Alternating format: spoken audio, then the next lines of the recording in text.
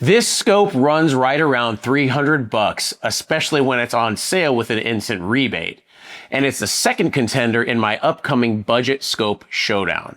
But first, let's see what's in the box. What's in the box? All right, let's open her up. All right.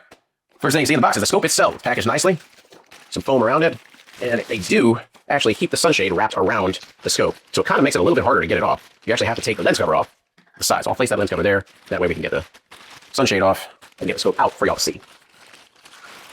All right.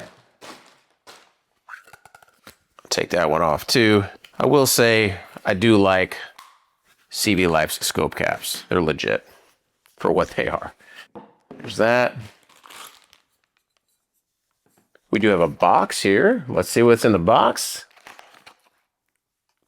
No clip. What's in the box? Ah, rings. Set of rings with a Torx bit. Okay, little goodie bag. And of course, the owner manual.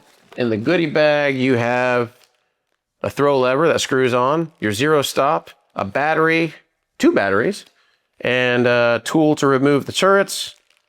Nice. Lens cleaning cloth. You can never have enough lens cleaning cloths. Let's take a closer look at the scope itself. This is the CVLIFE EagleBlaze 5-30x56.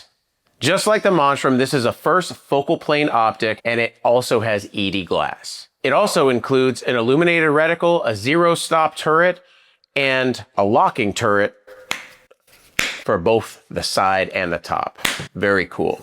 So on paper, this scope is bringing some serious specs to the table, especially right around that $300 price point. First impressions, I gotta say, it feels pretty solid. That turrets click great. Oh man, the locks work good. Yeah, the parallax is a little stiff. It's a common occurrence on these things. The illumination is not too bad. Just like the Monstrum, the magnification ring is a little stiff also. All in all, feels like a pretty solid scope. So after picking it up, it actually feels pretty solid to me. The turrets feel positive, the clicks are nice, the overall build quality seems fairly respectable for a scope at this price point.